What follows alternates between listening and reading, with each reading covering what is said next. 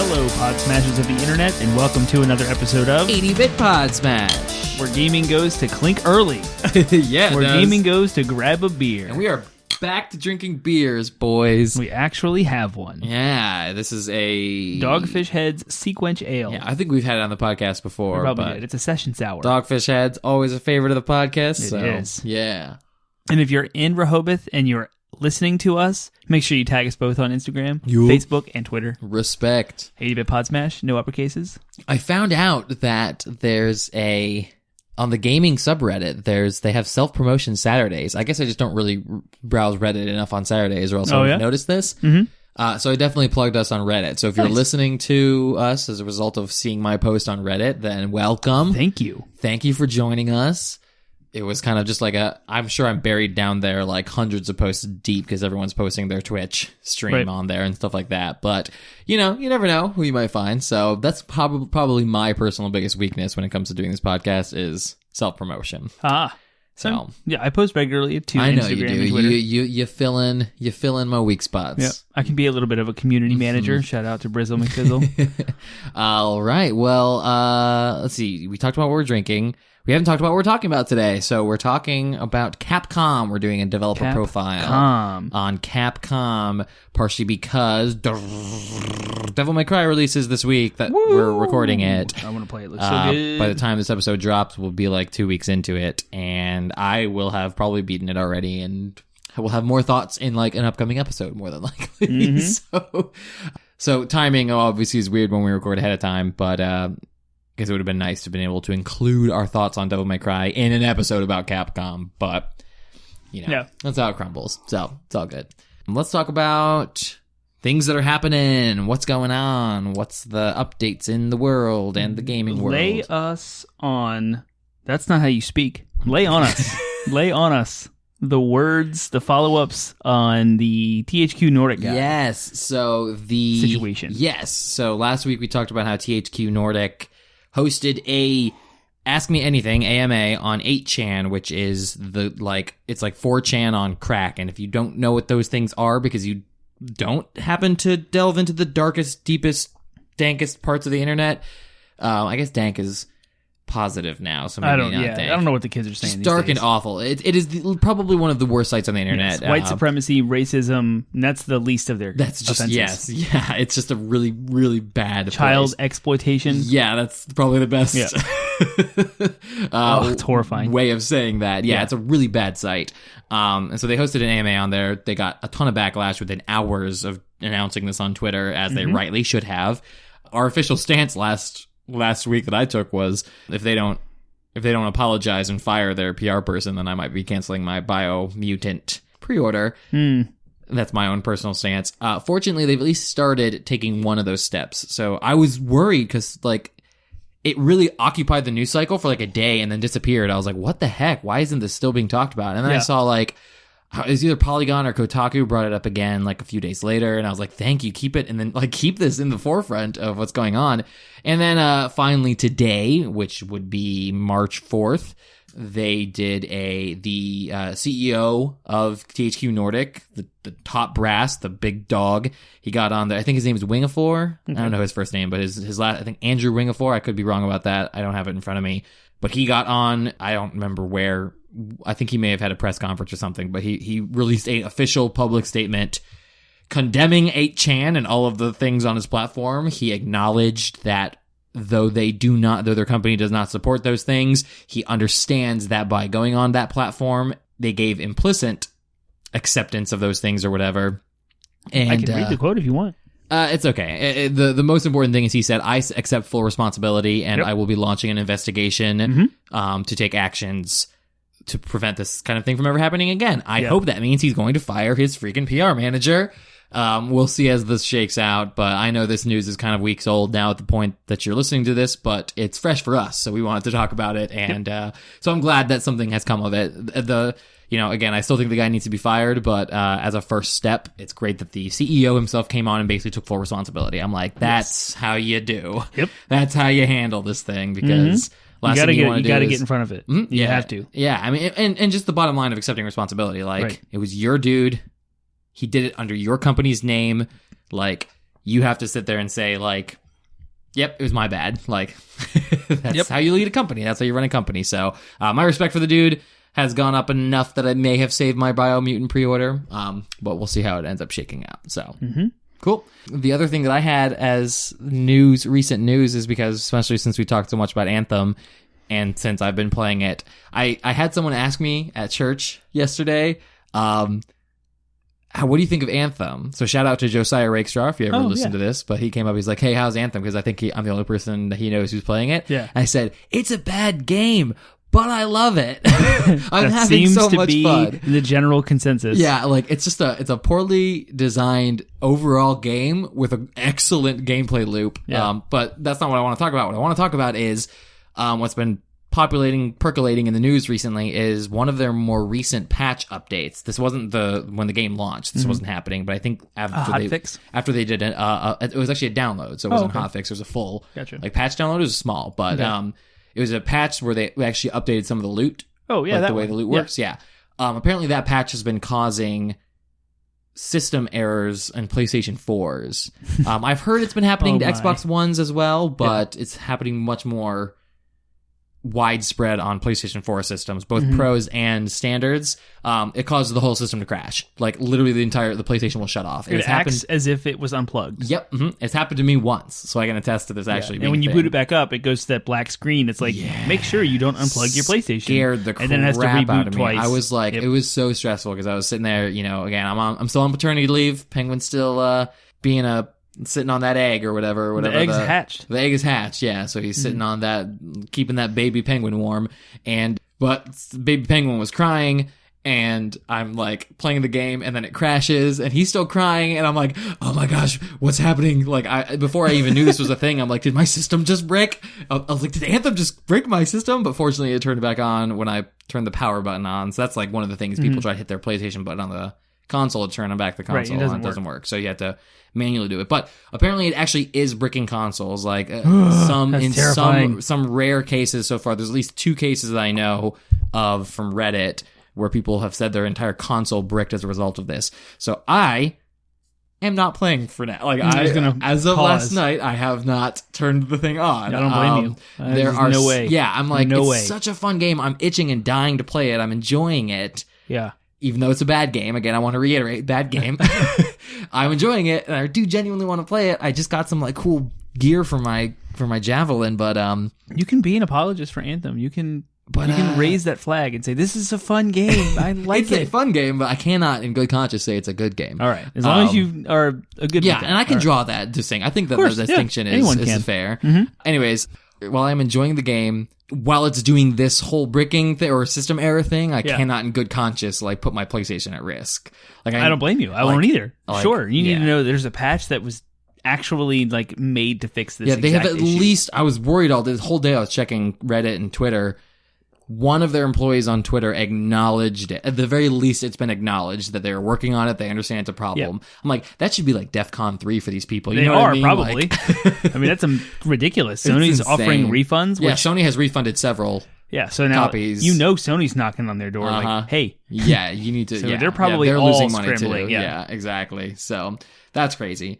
Just an ongoing cluster affair that is Anthem. Cluster affair. Yeah, I heard someone say that once. I was like, I like that. Yeah, it was a guy who had kids, so I was like, I'm sure you came up with that specifically because you have kids. Talking about traffic or something. So I wanted to mention I have been catching up on the latest with the Division 2 as it gets closer to release. Yes. Mm-hmm. And I've learned a lot about it that I didn't really know. Last time we talked about the games as a service model and what all of those kind of games represent, and at the time the Division 2 is still shrouded in mystery, if you will. So they have shown off this entire year's worth of free content for everyone. In an interview with one of the lead producers, he stated that he learned from his mistake of the first Division that he doesn't want to split the player base by adding content and putting that content behind a paywall. Which is what Anthem has said they want to prevent as well. Yeah. So that's like a new philosophy of these games as a service, is trying to not split the player base. And one thing they did that was also unique with this was show off the rest of this year. So I wouldn't say it's a full 12-month calendar year because it's February, March. Yeah. So it comes out in March. So it really is just the next 9 months of content, and it's touted as like a good thing for these new games as a service in their infancy. Now, looking ahead, they should do that. It's actually better for you to announce early your content additions in advance. Whereas in the past with like single player stuff, if you announce a bunch of DLC early, you look like you're cheating the consumer of their $60 value, where with the games as a service, you actually add value to it by promising all of these content updates and additions.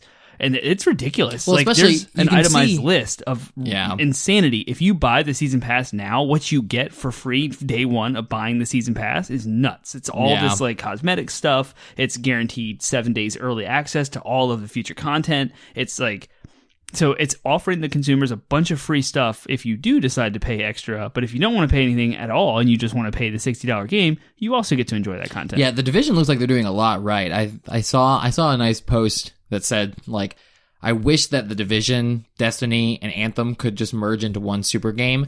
Because everyone's saying everything about the game design of Division is what I want. Like, generous loot drops, like a character progression system. The game is not, but has few load screens. It's like, it feels like a world that you just load into and can just explore around.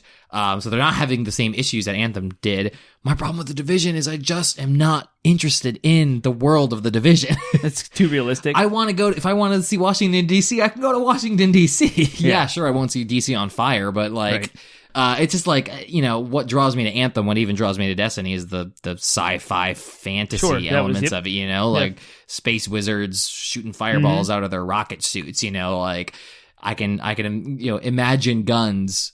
You know, it's just imagine what they can do with like gunplay in a game like that. Whereas you can't really like. I'm sure the Division takes liberties, but it's just limited by there's different classes and stuff. But it's definitely totally based on realism. Yeah, so that's kind of one of the things. Unfortunate. I wish it was I wish that the development team behind the Division made Anthem. You know what I mean? Like, and it's awesome. weird for some reason. Like the Division 1 is the least popular of these games as a service games, and the story with Division 1 from its launch, which they will tell you that it was bad. They bungled that. They've changed the game and set the course entirely, and like now it ended up being amazing way later. And because video games usually like use that first 6 months, maybe 3 months release window to kind of make all their money and get all the publicity out there and like get all of the legs going.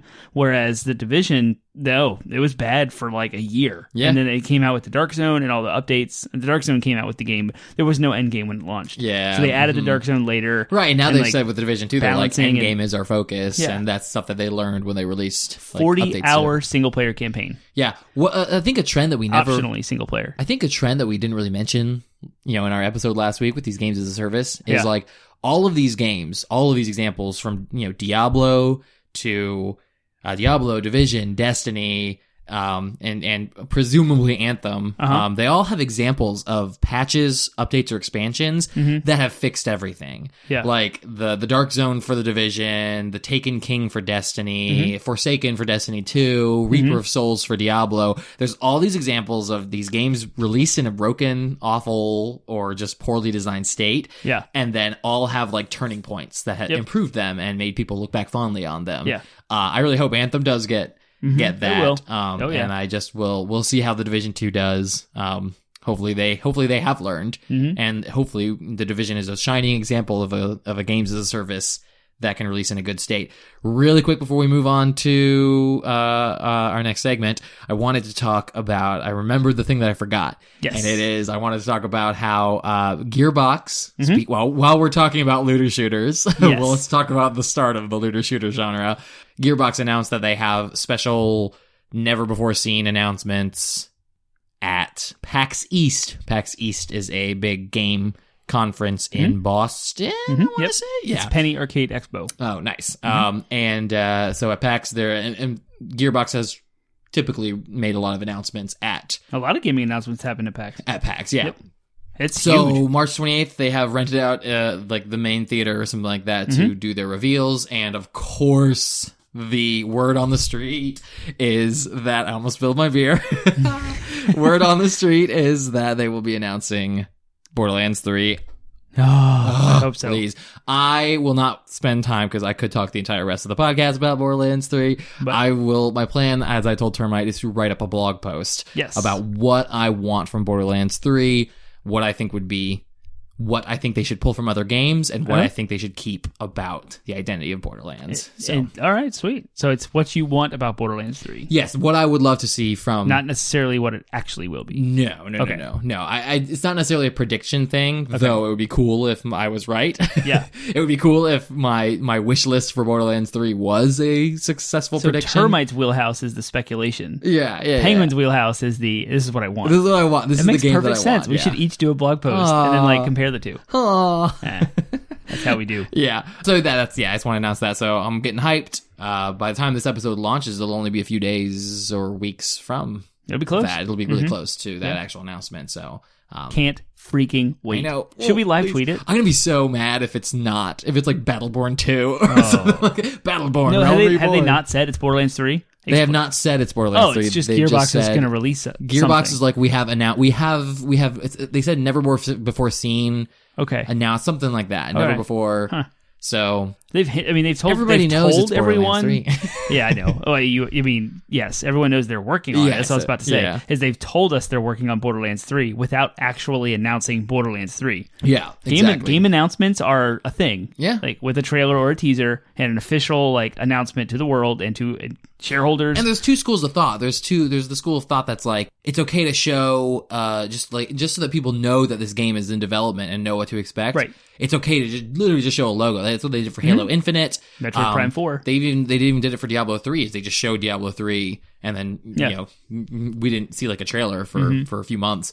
That's a game announcement. That's what it is. A total game. Yeah, and but there's also just for us. But sometimes there are games that are like, there's like a new school of thought that's like, there's even an extreme in that, which is like, just drop the game. I mean, we saw that with Apex Legends. Yeah, Apex Legends is like the best example of that kind of school of thought that's just like, no publicity, no marketing, boom, this game is available, get it. Breath of the Wild of the Wild did that with their expansion. They kept it secret and kept everything, the Guardians DLC or whatever that they dropped for that, they kept it secret for forever, and then just was like, oh hey, by the way, it's available tonight. And then that's so fun too. Yeah, it was awesome. And the less extreme version of that is just being like, hey, we're announcing this game and we have gameplay footage and we have a trailer, we have gameplay footage, we have just loads of information on it. And by the way, it's coming out in like 5 months or something like that. So it was Bethesda's Fallout 4 kind of started that trend of like 5 months, 6 months, not even. And then there's the new school of thought, which is like today, it's out right now. Just release it. And so there's different strategies, and it's all based on money and business, shareholders, and that kind of stuff. Yeah, so we'll see what PAX East has for us. So, all right, moving on. Let's go ahead and doing this podcast is our favorite thing. Doing this podcast is our favorite thing. It's like, I ain't stopping. Who's completely off their game tonight and got the segments mixed up right in front of you. It is, and hilarious. I know what my thing is. Hilarious. Oh, that's awesome. Borderlands 3 is one of our favorite things, so doing this podcast is our favorite thing. It is. Favorite Things is the first segment of our podcast where we just update you on the thing that we are digging this week, the thing that we are excited about, just as individuals. So what is your favorite thing for the week, Termite? So I don't know if I've talked about this on the podcast, but Jack Black has started a YouTube video channel. I saw called Jablinski Games. Jablinski. And it's hilarious. The very first episode, he talked about how he wanted to start streaming games and compete with Ninja. But every single episode since, and it's been like 8 now, he's like, sorry guys, no games today. But he'll do things like walk through an old school pinball arcade or like fire up an old retro console in his house. But there's tons of references to Tenacious D, Jumanji. I love Tenacious D. Jack Black has all of his musical comedy woven throughout the videos. They're hilarious. He's totally poking fun at the Twitch, YouTube community in a good way. Like, I don't know what you call it, wholesome or heartfelt. I don't know what you call that. Like, obviously he's a nerd and a gamer too, and it's awesome. So his most recent episode, and this is what my favorite thing is, he showed off a game that he was voice acted as the main character in called Brutal Legend. Yeah, I've heard about Brutal Legend. It was developed by Double Fine Studios. Okay. Tim Schafer was the writer of the game, the maker of Psychonauts. I think that's pretty much the most renowned one. There's a couple of newer like indie-ish titles that have come out since. Hack and slash game like Darksiders, but he played it, and that was his first like actual. it looked like a Twitch stream. Yeah. You know, his face was in the corner, and he was playing the game that he voice acted in. Nice. And it was really cool. And I went out immediately to GameStop and picked it up for my PS3 for $3. Nice. So I have a copy at home, and I'm dying to play it. Sweet. That's my favorite. Just add it to your backlog. Love it. Yeah. All right, my favorite thing is I was since I've been on paternity leave and just had unreasonable amounts of time to do things. A good friend of ours, Ryan, the friend of the show, Ryan, who we've talked about before, so shout out Ryan. If and when you ever catch up to listening to these episodes, he lent me he just handed me a bag. And like when I picked it up, it was literally like, ugh, like my arm dropped because it was so heavy. It was full of graphic novels. So he gave me like 9 volumes. That bag right behind me. He gave me 9 volumes of a graphic novel series called Fables. It's like the ABC show Once Upon a Time, except way better. Oh, okay. It's like if Once Upon a Time were produced by HBO. It's kind of like so it's like the dark Disney princesses. It's like it's not Disney. Okay. So because they don't have the rights to it, so he draws his inspiration from. So Beauty and the Beast, for example, are as characters in it. Yeah. But she's not called Belle. She's just called Beauty. She doesn't look anything like Belle. Because Beauty and the Beast was a fable long before it was a Disney movie. Yep. It's the same idea of like, hey, all of the characters from these fables and story tales and folklore, they all exist and live in New York City. Nice. And they're immortal, of course, because they don't die. And there's like and most of them have disguised, you know, especially the inhuman ones are disguised as like they use spells to disguise themselves. So like one of the main characters, for example, he's the sheriff and he's the big bad wolf, and he like disguises himself as a humor using magic. Yeah, he disguises himself as a human using magic. But yeah, so it's really good, really awesome. I've been enjoying. I basically like burned through the first volume in like 2 days. So nice. It's a graphic novel; it doesn't take as long to read as a novel. There's fewer words, but it's just kind of fun reading a comic book again. So because I haven't done that in a long time, so I am looking forward to burning through all 9 volumes of Fables. So, sweet, it's cool. All right, now you can do... Doing this podcast is our favorite thing. Doing this podcast is our favorite thing. Now we're even.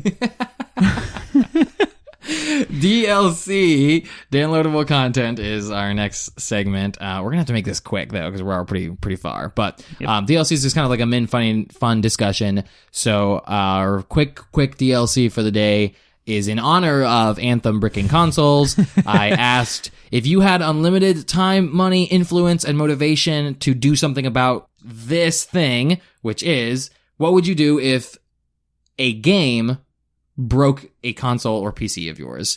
Like if as the, you know, because of the poor game design or issues with the game, just like Anthem, if it bricked your console and you had all the money, time, motivation, and influence in the world to do something about it, what would you do?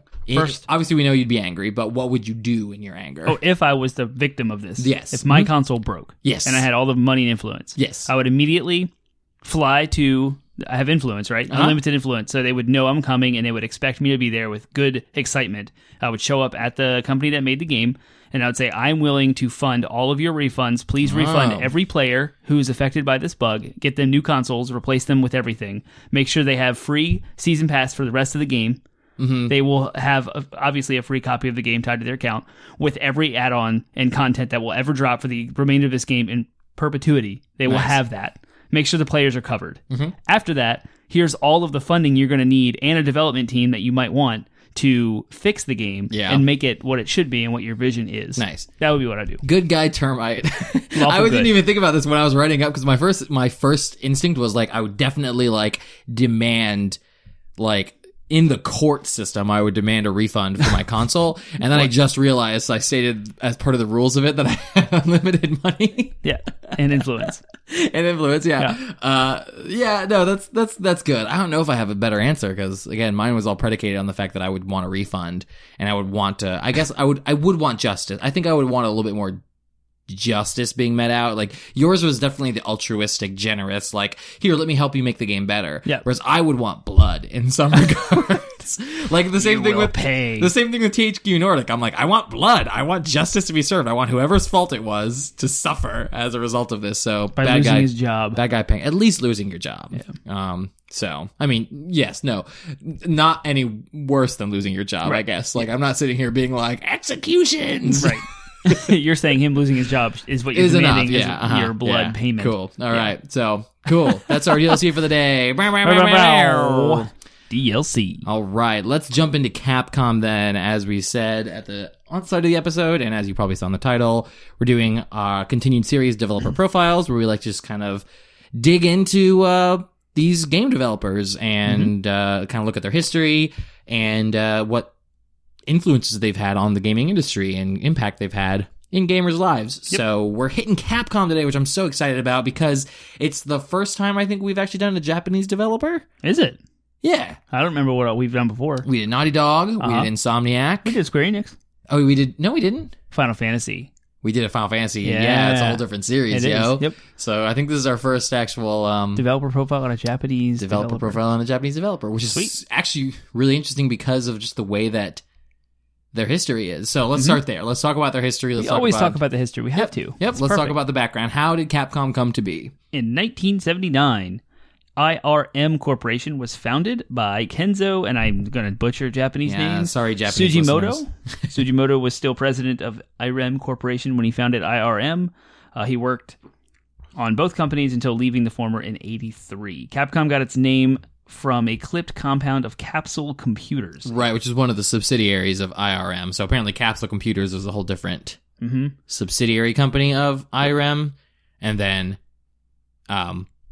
they're like, oh, well, let's just take our name from that. And they made Capcom. And they did that to describe arcade machines that it solely manufactured in its early years, designed to set themselves apart from personal computers that were becoming widespread at the time. And that was in 1989. So the original company was started in 1979. 10 years later, Capcom itself, as we know it, started. And they started with making like old mechanical coin-operated games that was like before screens.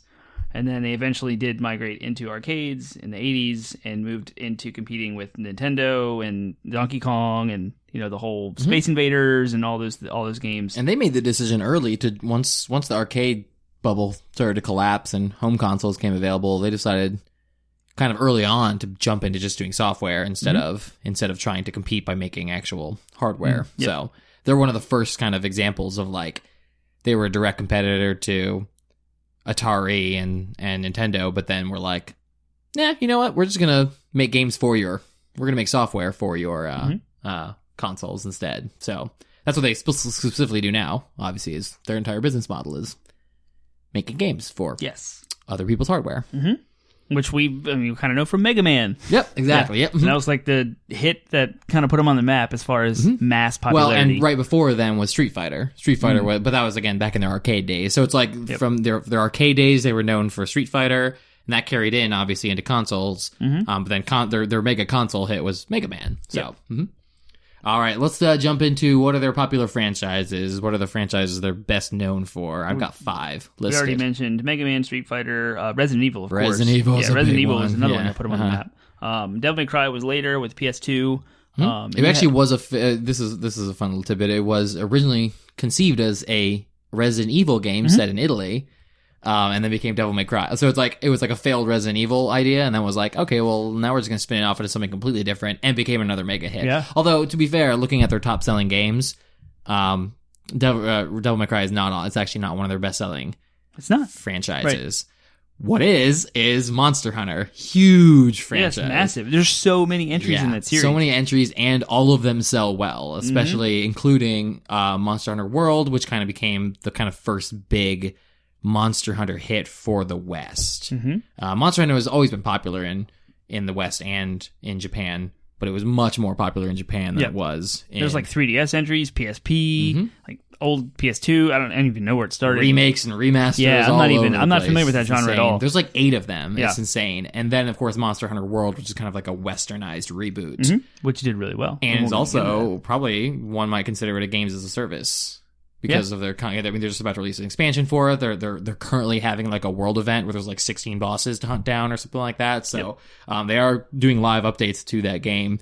It's kind of been like a sneaky mega hit. Like it sold a ton and was like dominating like a year ago. It was just dominating everything. Like everyone was playing it. It came out in January of all months. We've talked in the past about how it pioneered kind of the January it kind of disappeared, but I imagine it still had like a core player base. Oh, yeah, still does. I mean, enough to, have them drop an expansion. So pretty cool. So another franchise that's not listed here on your notes that was also started as a ninja version of Resident Evil is Onimusha. Oh yeah. And it actually had tank controls. I want them to do another Onimusha. They just remastered the first one. Did they really? Yeah, it's on PS4, $20. Do you think they're going to do another new one then? Sometimes they probably put that toe in the water. Yeah, I was going to say, sometimes one of the trends that people notice is like if they remaster a game or re-release a game, sometimes that's an indication that they're going to bring it back and do a new entry in it. If you've not played Onimusha, I highly recommend getting the remaster. I played it a long time ago. I need to play it again at some point. And they fixed the controls. They got rid of the tank controls. There's a ton. I mean, Capcom's got a ton of... There's probably franchises we haven't mentioned that are cult hits too, like Ace Attorney... is Capcom. Other than Street Fighter, you haven't mentioned any of their fighting games. I mean, Marvel vs. Capcom, obviously. Which it started with Darkstalkers. Yeah, they make games for Disney, X-Men, too. So they had the Marvel license before Marvel was Disney. Darkstalkers. I remember, they had Marvel Superheroes, Street Fighter vs. X-Men, which was awesome. Isn't there like a platformer that you play as is it Amaterasu, where you play as a wolf? Or is that Okami? Different? Okami, maybe it is. Okami came out for the Wii. Okami, yeah, and the character's name is Amaterasu. Yeah. The wolf is Amaterasu. Yeah. So that's very stylized, that's Capcom. Yeah. He was a popular pick for Smash Bros. Edition for a long time there. Who knows? May still, because I think that game's coming to the Switch. So so Capcom's huge. They've been around forever, so they have a ton of different franchises. But I would say those big fives, Mega Man, Street Fighter, Resident Evil, Devil May Cry, and Monster Hunter are what they're best known for. And Marvel vs. Capcom. Yeah, that's fair. All right, what is your favorite Capcom game, Termite? This is hard. I'll start with mine then. Okay. I would say I am a sucker for Devil May Cry. I'm a sucker for Dante as a character. Yeah. I would say that if I had to pick one though, even though Devil May Cry 3 was pretty much universally lauded as people's favorites, I adore Devil May Cry 1. I mean, just like it was the first. It was the first game for me that kind of did what it did. It kind of really opened me up to the hack and slash genre, like third person hack and slash. It definitely feels like a Resident Evil game more than any of the other entries in the franchise because, like, again, because it was supposed to be a Resident Evil game. So I'll talk a little bit more about that with one of our last questions, because there's just some like little things that you can definitely tell are like drawn right from Resident Evil, but it's like it's a Resident Evil game that's a lot more action packed, a lot more stylish, and just has a really kind of great lead character. In Dante, I adore Dante. I think you almost charming. named your son after him. I wanted to. Had my wife not picked up on it, I would have loved to. Yeah. So I like the name Dante. I also like that it kind of sounds like, I mean, it starts with DAN, so like Daniel and Dante would be a great father and son pairing. It's alliteration. Yeah. I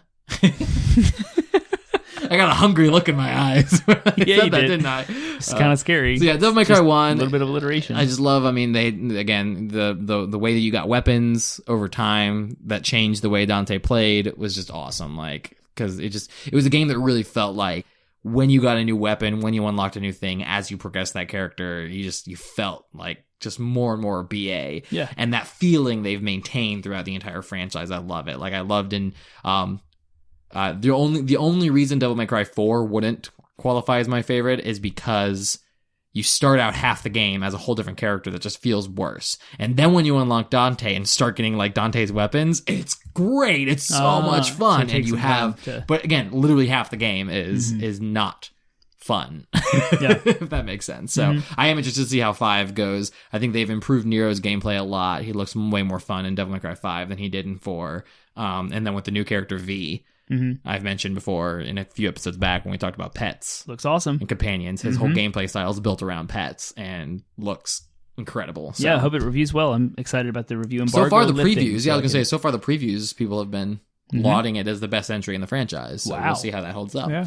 I was worried because at some point they said something about their story being really short. I'm like, uh-oh. That could be good or bad, though. Spider-Man had a really short story and was still incredible. So, that's not a break. Short in air quotes. It's like 25 hours. I don't know how short that was. Compared to, I mean, compared to, like, God of War, for example, which was a surprising, like, 35-hour or 40-hour game for a similar kind of caliber of game. Yeah. So, we'll see how Devil May Cry 5 is, but I will say that for me, my favorite Capcom game is Devil May Cry 1 because of the impact it's had on my life. Yeah. All right. My You made a favorite decision? Yeah, my favorite Capcom game is Mega Man X. X, And super popular one. I'm gonna Yeah. say the first one because it was the introduction for me to Mega Man, period, and Yeah. it was legendary in platforming. Oh, Because yeah. I'd only known Mario, Mm-hmm. and some of the random like Sega Genesis platformers that existed. And I say random because they're not as popular, but like Well, Cool even Sonic? Spot. Yeah, Sonic. Well, Sonic's popular. Yeah, I was going to say But Sonic. there's like Vector Man and Booger Man and like all these other weird platformers and Mario. And we used to rent games all the time.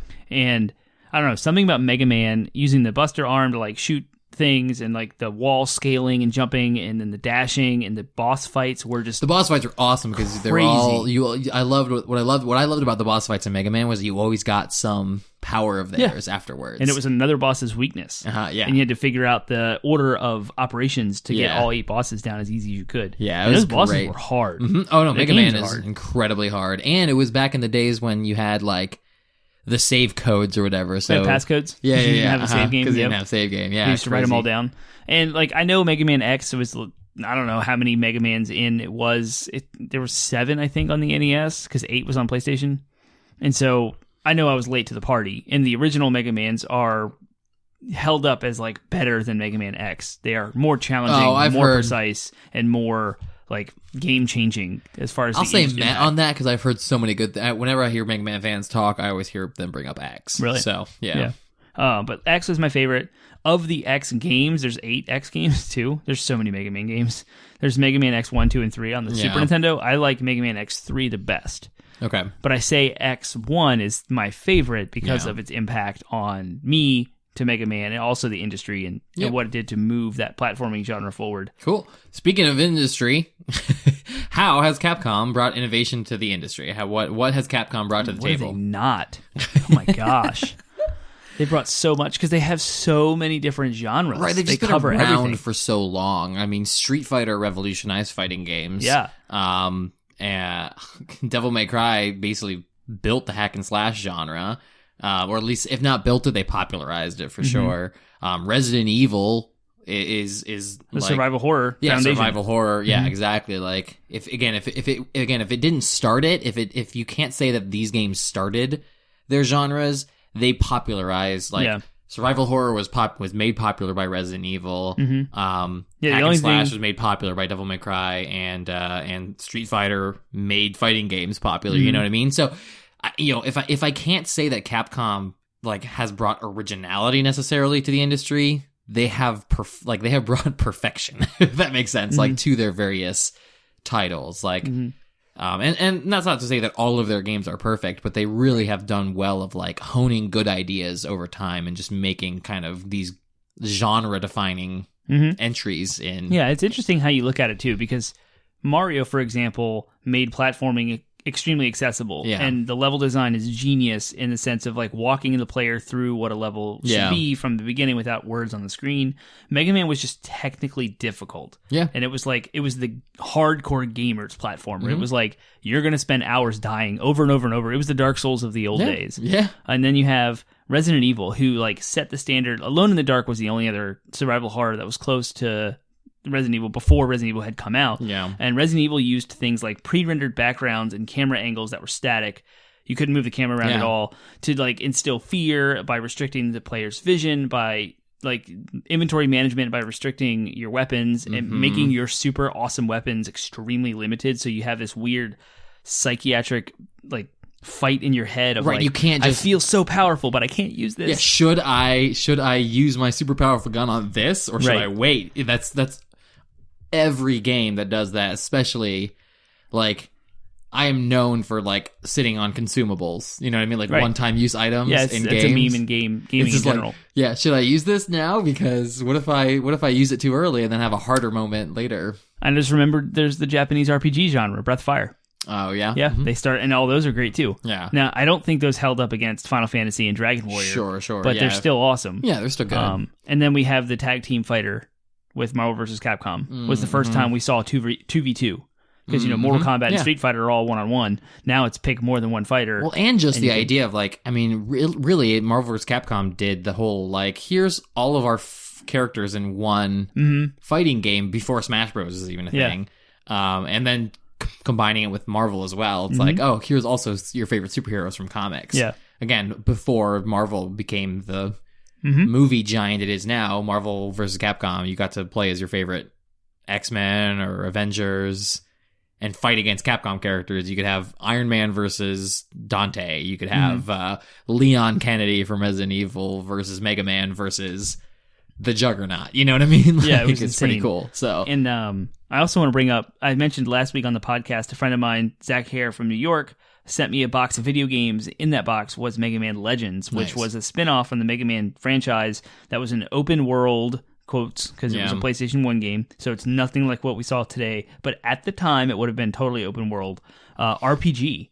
Exploration, third-person camera, shooting, dodging mechanics, very Zelda Ocarina of Time kind of, exploration, dungeon crawler. Freaking amazing. I put it in, and I was just like, this game was ahead of its time. Like, I could not imagine, like, the voice acting now would be not as good quality, but at the time, oh my gosh, the animation and the sprite work with the 3D models and how they did, like, anime-looking faces and facial expressions and stuff to set the tone and the emotions of what's going on in that world were phenomenal. Nice. And the guy, like, I can't remember his name, Ono, I think, that didn't sell well, and he even says it was a result of poor marketing and PR. It's like, this game is a gem. It is really, really good, and no one saw it because of. And it was ported to PS4 as Mega Man 64, but it's another game. So it's like they're in every single genre. Capcom comes in and like does something special with it. Does something well. Yep, exactly. Cool. Let's talk about Capcom's. Let's talk about some. We always like to. I've included this question in there, and I think we've been able to more or less pull it off with each developer profile. So there may come a day where we cut it, but I like to keep it anyways. And I like to ask, is there anything that's like a Capcom-ism, if that makes sense? Is there something that's in there that they just have, it's like a little thing that's in all of their games? Or not, if not all of their games, many of their games. Like I said, they have genre crossing, right? So they're the fighting games, the Marvel vs. Capcom genre. Before Marvel vs. Capcom had come out, there was Marvel Superheroes, there was X-Men vs. Street Fighter, there was Street Fighter Alpha, there was Street Fighter 3, there was Darkstalkers. They all had that same, like, anime style to them in their own feel. Cartoony, if you will, but not like cartoony in a bad way, cartoony in like a... Yeah, and they've like brought that forward to Marvel vs. Capcom 3, and then now Marvel vs. Capcom Infinite. It still has that same, like, arcadey cartoon vibe to it. Yeah. And in the same way, Devil May Cry and Onimusha, all entries in those franchises, they have the collect the souls and spend that loot to upgrade your characters and your weapons. And they have, which, like, I want to say they did before God of War. Yeah, I think Devil May Cry came out before God of War, so I think they did it before. But that was like a thing that they may have even started. I can't say that for sure, but yeah, it's like you kill the enemies and you collect, and their souls come out of it, and they like all fly to you. It's kind of like a like. But and I think Onimusha started that because Onimusha was before Devil May Cry. Oh, nice. And then they have this like weird whooshing motion as things are presented to you in the menu. Yes, like, you pick something up and it goes, and like and then you can like look at it. That's what I have. Is they zoom in on like items and stuff. Like And Resident Evil kind of had a little bit of that too. No, it had a lot of At least I know that like. And like Resident Evil 2 on, like that was the thing. I remember seeing that in Devil May Cry and being like, oh yeah, that's right from Resident Evil. So and then tank controls. Resident Evil's tank controls have persisted all the way through Onimusha. Yeah. And they finally got rid of those. Finally. Yeah. But the one other thing that I would say that Capcom, at least for me, is known for, every time I'm playing a game and I'm like, man, they're so stingy with health.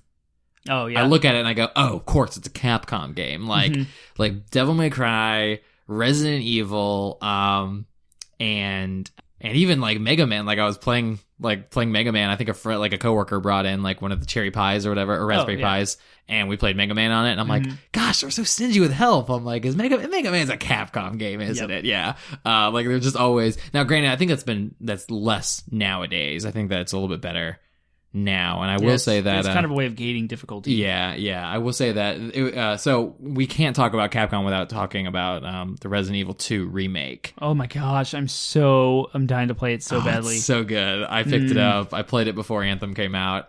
That was in my head as my favorite Capcom game of all time was Resident Evil 2. Oh yeah, it was in competition with Mega Man X in my head. Yeah. Well, so I wish you had brought it up because I definitely wanted to talk in this episode about so I played the Resident Evil 2 remake, and I want to say it is what I want from all remakes. Like this to me, Resident Evil 2 is the standard of like, hey, we're building our game from the ground up using a new engine, but the same story, the same basic like story, like the same basic like beats, like weapons and stuff like that, like all that feel of the original game. Like if they were to remake Ocarina of Time, like if they were to say, hey, we're doing a remake, not a remaster, because we have to kind of draw a distinction. Like, what's the difference between a remaster and a remake? Right. Like, to me, a remaster is like, oh, we took the same game, we polished it up, made it, run better on new hardware.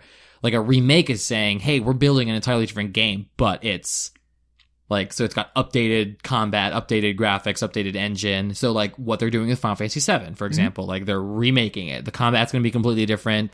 It's going to have a whole different art style, but it's still going to be Final Fantasy VII. It's going to tell the same story that FF7 did.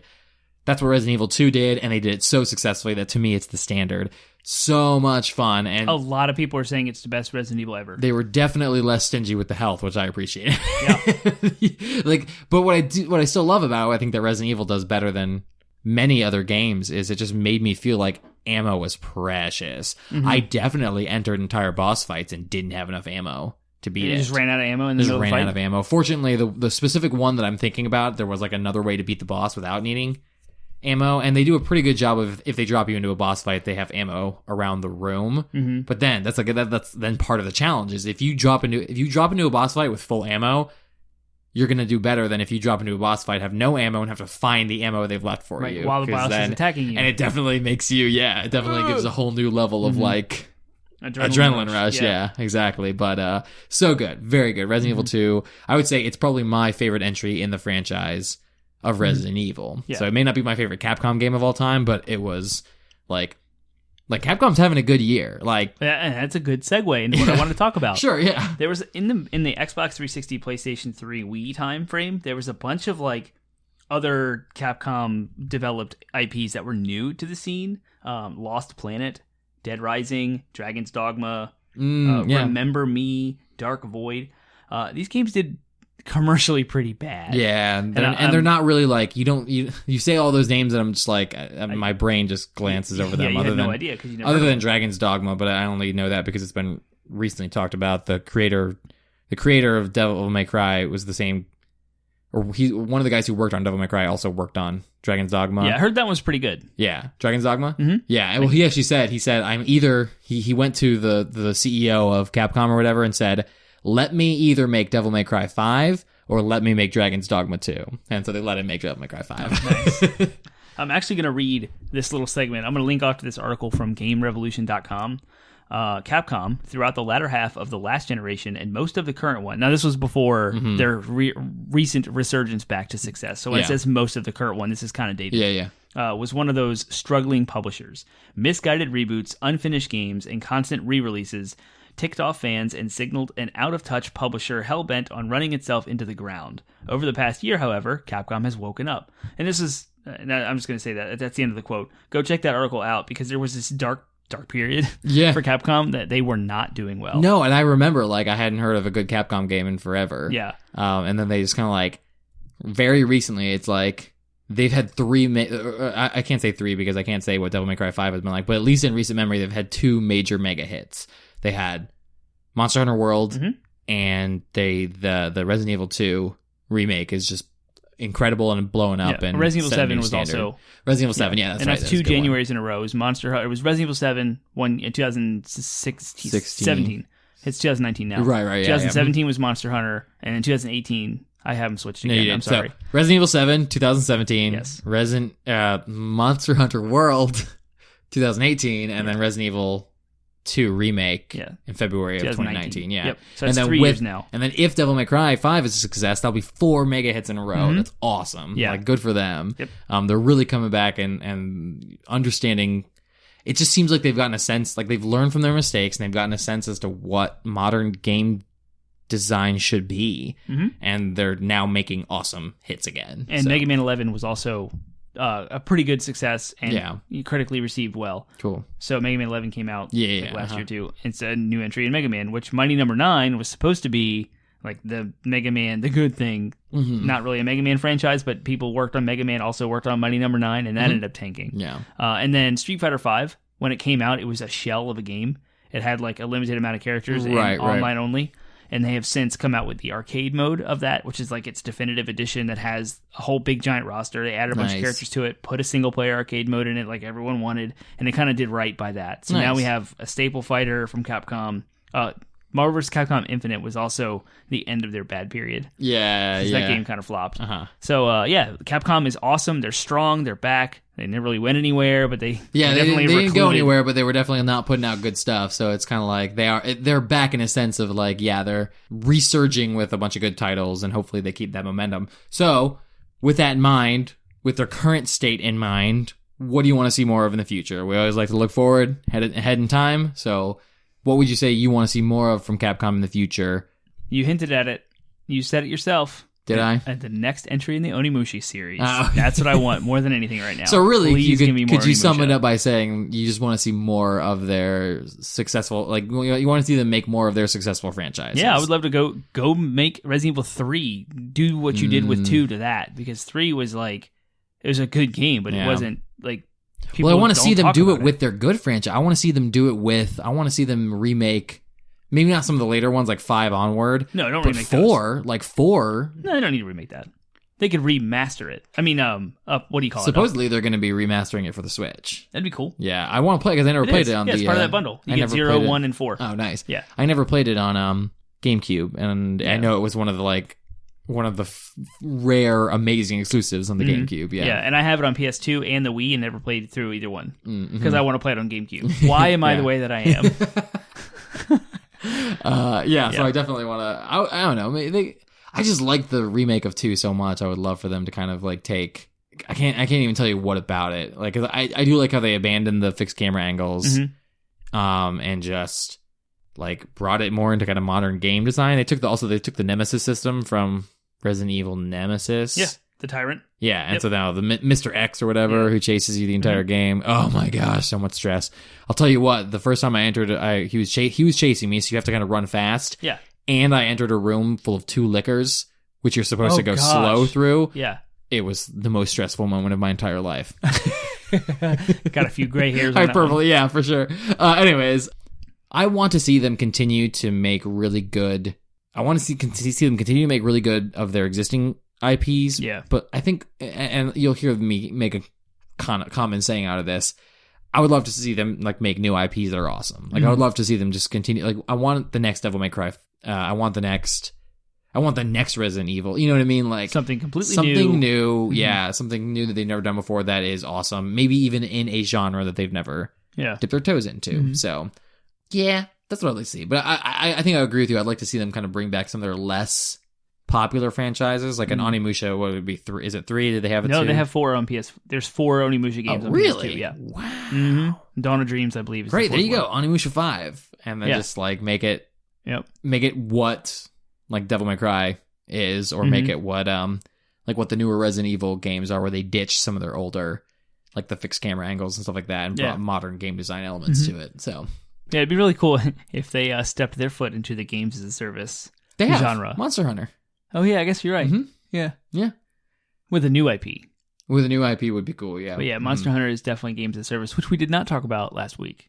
We did not. Yeah, we left them off the table. Kind of like, again, there's some that kind of just fly under the radar that are like doing well and doing pretty good. They're about to release an expansion, Iceborne or whatever. Yeah. But, so, all right, well, we can end there. I've got to feed my son. Sweet. You don't want to stop that.